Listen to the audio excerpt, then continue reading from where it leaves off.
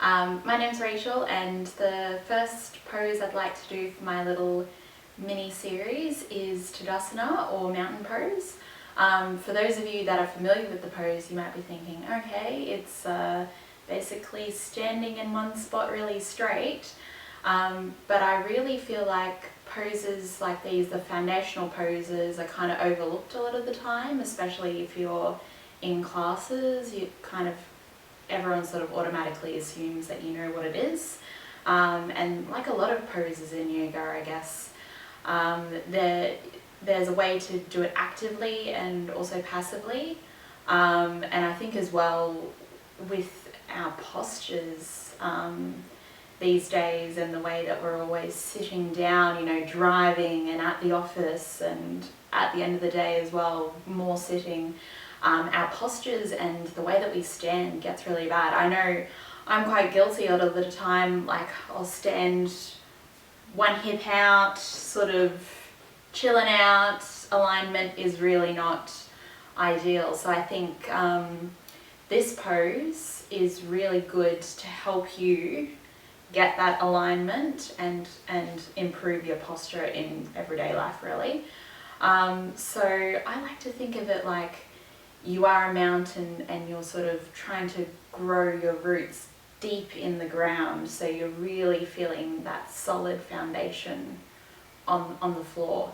And you really start to realize when you think about it, all the little tiny muscles in our feet and how they stabilize us every day.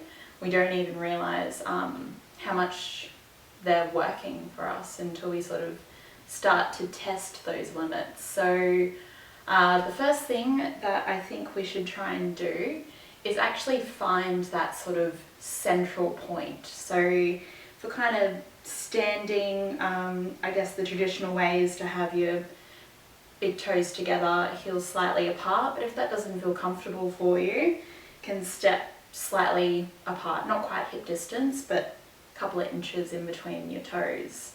And then what you can do is just rock back and forth, just slowly. Don't go too over the top, you don't want to feel like you're going to fall over.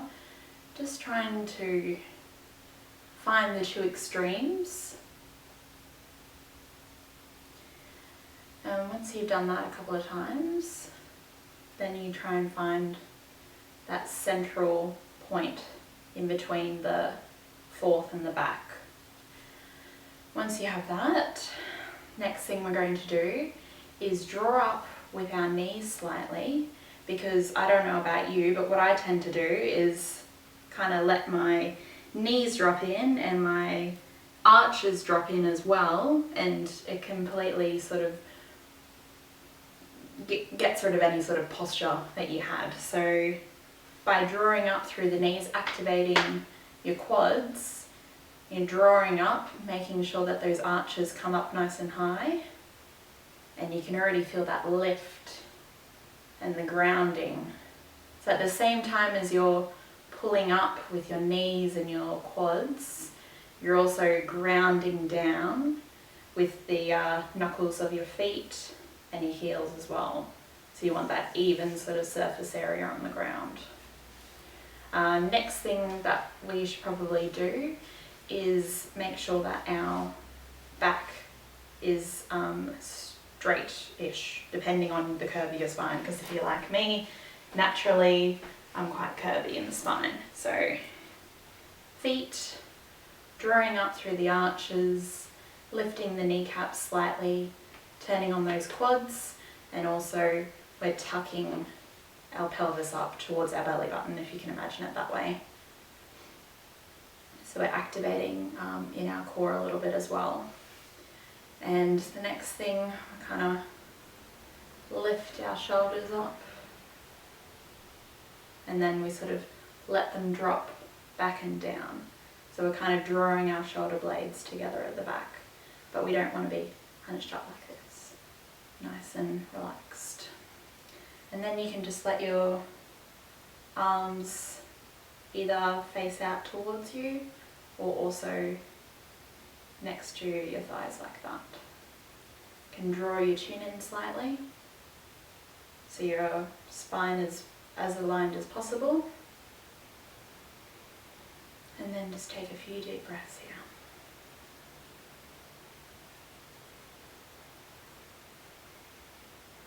Allow that stomach to expand, become like a little Buddha.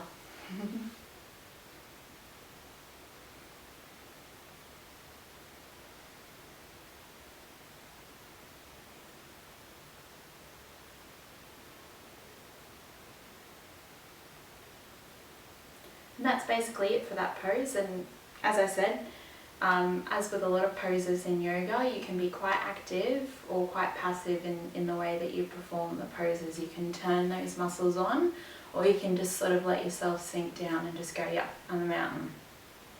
It's up to you. But anyway, that's my few tips for today, and thank you.